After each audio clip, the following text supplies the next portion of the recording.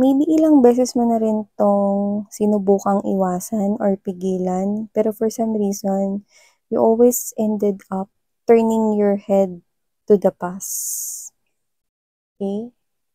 You always end up 'no, na sumulyap might be sa past lover or someone you've connected with, you had history with 'no.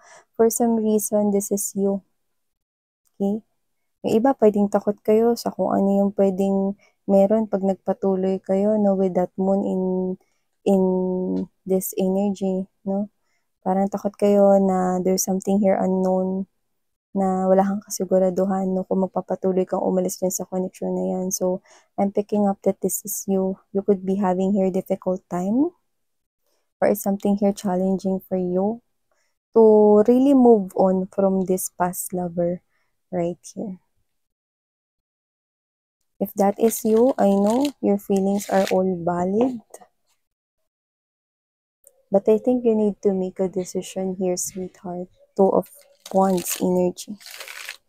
You need to come to your senses. For some reason, yeah, I think angels wants me to tell you that you need to come to your senses. Something here isn't right. Don't worry, we'll find it for you guys.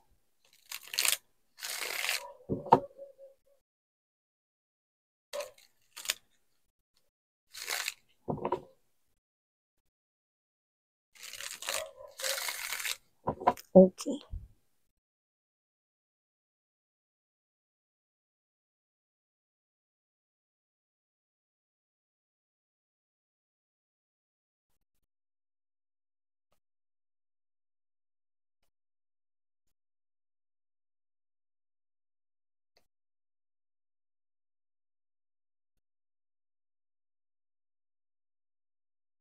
Okay.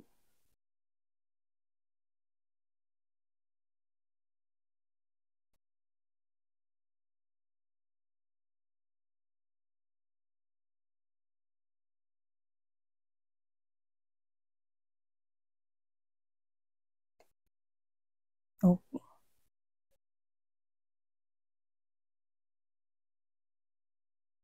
yun. Nice.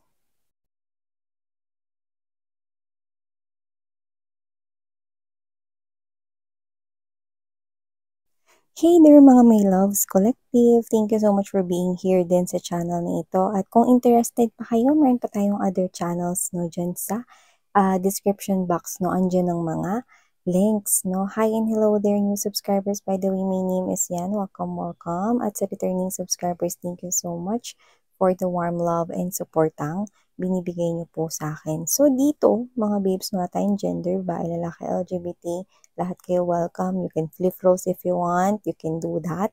And at the end of the day, lagi niyong tandaan na meron kayong free will. So, nakikita ko dito with this Three of Cups energy, Wheel of Fortune in reverse. Ayan. Meron tayong nakikita rito na paulit-ulit. Actually, parang paghinto, walang pag-usad, walang pagbabago. Yun yung nakikita ko rito, no? And you know what I'm picking up from here is that you have this question in your mind. Bakit pa sila balik ng balik kung they always end up na saktan kayo no, paulit-ulit? They always ended up hurting you just like paano nila yun ginawa sa'yo, no? Just like what they've done with you in the past, no? Bakit pa sila balik ng balik rito, no? Kung palagi lang din naman na ang ending ay nasasaktan ka rin nila, no? Sa huli ay nasasaktan ka rin nila ulit. You know what I'm picking up right here for you guys? If this reading is yours, I do see that the reason why they always end up hurting you, it is because they are not meant for you. They are not meant for you. You are meant for something better. You are meant for someone far more better. The reason kung bakit bumabalik sila nagkakaroon ulit ng chance sa inyong dalawa, pero palaging ang ending ay nasasaktan ka nila, no? Hindi nagkakaroon ng pagbabago, no? Hindi umuusad ng maganda yung relasyon at hindi nagiging makulay ang inyong samahan dahil ang taong ito ay hindi talaga para sa'yo. These people here are not meant to stay in your life. They are just guests.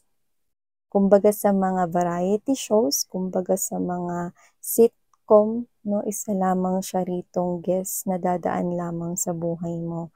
Kaya ang nangyayari, no, is nanguulit tong bagay na yun for you to be able to see that this person here is not what you deserve. So, nakikita ko dito that with the World card right here, Queen of Swords, Seven of Pentacles energy, I mean the Seven of Wands, but I mentioned Seven of Pentacles. Ikaw ito na nahihirapan kang ikat yung person na yan sa buhay mo. Nahihirapan kang actually ikat yung emotions and feelings, and you almost tell me, no, dito na gumastos na ako dyan, Miss Yan. Or nag-invest na kasi ako dyan, Miss Yan, ng time, effort, pagmamahal. Yes, babe, I'm seeing that. I'm seeing that clearly. You are well invested with this person here. But is it worth it? Is it worth it? Because it's from what I'm seeing here, this person is not invested kung gaano ka ka-invested sa kanya, sa inyong connection, sa inyong relasyon.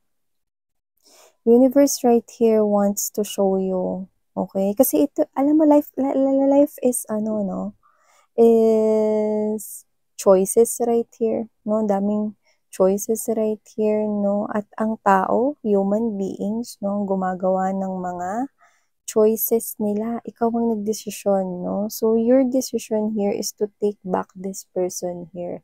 And I'm picking up, no, na ito ay several times na para sa iba sa inyo. Paulit-ulit mo siyang pinapatawad, tinatanggap, no? Pero ikaw to, ba't parang di siya nagsisisi? No? Iba-iba lang yung nagiging dahilan, pero yung same mistake, ayun pa rin. They always end up hurting you. Why? This is you, why? Why? Bakit ulit-ulit ginagawa nitong tao na to, nasaktan ako sa kabila ng lahat ng mga binibigay ko, atensyon, oras, panahon, pagmamahal, kahit na pera. Gumastos na ako, Miss Yan. I know, babe. I know. I'm seeing it here. Okay? That's why, okay, na-mention natin yung Seven of Coins energy rin, no? But spirits are saying you need to release it. Yeah, you're having a hard time because posibleng may panghinayang sa energy mo. And also, it's hard for you to cut your feelings, to end your emotions, to end your love for this person. Yeah, I know this person here, you like him so much that you just can't let go of this person here, even though he or she is not giving you the attention, love that you deserve. Pero hindi yun yung gustong mangyari ni universe dito. The universe loves you so much that the universe wants you to receive what's best for you. Okay? Hindi si universe ang may gawa kung bakit patuloy kang nasasaktan ng taong ito. Okay? It's just that you are not meant to take that pathway towards someone na hindi mo deserve. Ganun yun, mga mahal, no? Kung hindi siya para sa'yo, hindi ka talaga mag-fit doon. So, kung sino man tong person na to, no, alam mo rin yan sa sarili mo, no, na itong person na to ay hindi para sa'yo. Dahil ang dami niya ritong kakulangan at hindi niya mapantayan ditong lahat ng nagagawa mo para sa kanya.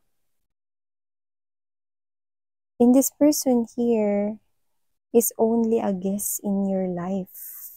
This is not the person who you will marry no? Yung soul mo, yung pakakasalan ng soul mo, hindi siya yun. There's someone here, no? Na darating sa buhay mo, no? Only if you release this. Huwag kang maglinger sa hurt, no? Huwag ka nang mag-isip ng masyado, no, na why do this person here keeps on hurting you? Why do this person here ends up hurting you? Palagi na lang. Stop resenting that person. Oo, nandun na tayo. Nag-invest ka na, gumastos ka na, minahal mo na siya, no? Pero oras na para mapunta ka sa bagay or tao na deserve mo. Yung situation, this could be anything right here, but I'm picking up love situation. Okay? So I'm seeing that you need to walk away so that you can be able to see the sun. Tignan mo to.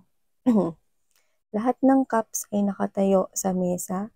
Ibig sabihin, ang pagmamahal mo sa tao na yan, no, ay talagang malaki. Minahal mo talaga siya, no, sa kabila ng kanyang kakulangan na rito, no? Pero oras na para iwanan mo yan dahil merong mas fresh na hangin sa pupuntahan mo, no?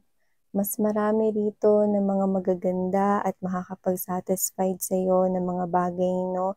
You're moving towards the sun. You're heading towards the sun. And this is the pathway that I'm talking about na dapat mong tahakin right here. Okay? Kasi nangyayari dito, sarado na yung door. Tignan mo, may door na dalawa sa likod, diba? This door here, close. Diba? This door here, no, is slightly open, but you're definitely seeing the light, diba? The silhouette of the light. Look at that. Diba? So, look at that. This is where the sun is. See? This is where the sun is. The sunlight of the sun, yan yun. Dito ka papunta sa napaka-fulfilling, no, na klase ng love and romantic relationship. You need to cut that rope binding you with that person. Ang nangyayari kasi, no, natapos na yung chapter ninyo, and when this person here comes back, no, maaaring pinagbibigyan mo siya, no, or pinapatawad mo, tinatanggap mo, no, at yung iba pwedeng makailang ulit na rin. Pero makailang ulit na rin yung ginagawa at nasasaktan pa rin kayo.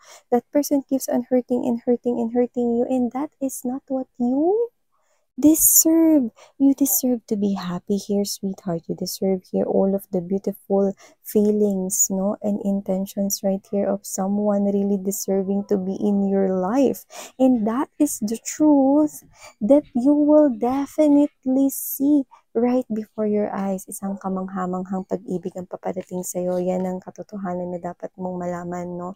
At tingnan mo yan, no? 4 of Coins energy, and this is the guy, this is the woman that we're talking about. This is worth keeping.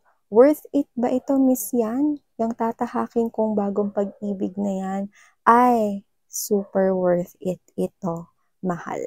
No?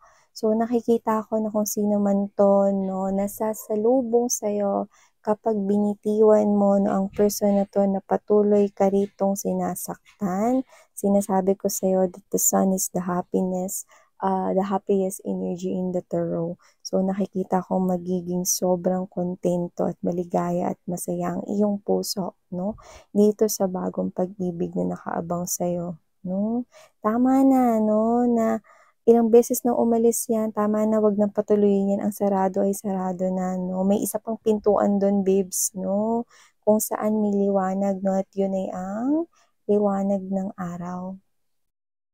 The universe wants you to see that this is the life that is meant for you. That this is not what you deserve. Hindi mo deserve na umiyak ng gabalding luha with that person here. Hindi mo deserve na paulit-ulit, no, na ma-stuck sa isang connection. No, tapos yung kasalanan niya, yun at yun pa rin. Same na pinag-aasawayan, same na issue na pinagtatalunan, same na rason kung bakit nag-end ng relationship, tapos babalik na naman, tapos gano'n na naman ulit. Ay, so tiring for you. Okay? The universe is taking you to this new pathway, and this is yours. This is the pathway that is meant for you to take. You're heading towards the sun, and this is what is real happiness here. You deserve to be happy, diba? Hindi yung lagi kang matatakot pag bumalik yung tao na yan, pag pinatawad mo, bumalik. Yun na naman ulit, diba? The universe will show you that the repeating cycle here must end for you to be able to take this right pathway or that right route or ruta here for you. Diba? Ganun yun, may mga bagay talaga mga babes, no, na hindi umuusad, humihinto, or hindi nagkakaroon ng pagbabago, no? You have the power to turn your will upright. Don't hesitate to do that, no? Kasi ako, kahit ako, alam ko na deserve mo ito. Huh? Mas gusto kita nakikita ngumigiti at masaya at walang inaalala kaysa umiiyak, no, at natatakot na baka maulit ng maulit, no, dahil dito mauulit at mauulit ng mauulit dahil hindi siya ang para sa iyo. I repeat, just take how this resonates, and this is something here that feels like a personal reading here for my viewers watching, maybe specific of you guys, but you know, just take only what resonates. Thank you so much for your time. You deserve all the love in the world, sweetheart. You deserve to be loved. Okay? So thank you so much. Sarang Heya, love and light. Annyeong.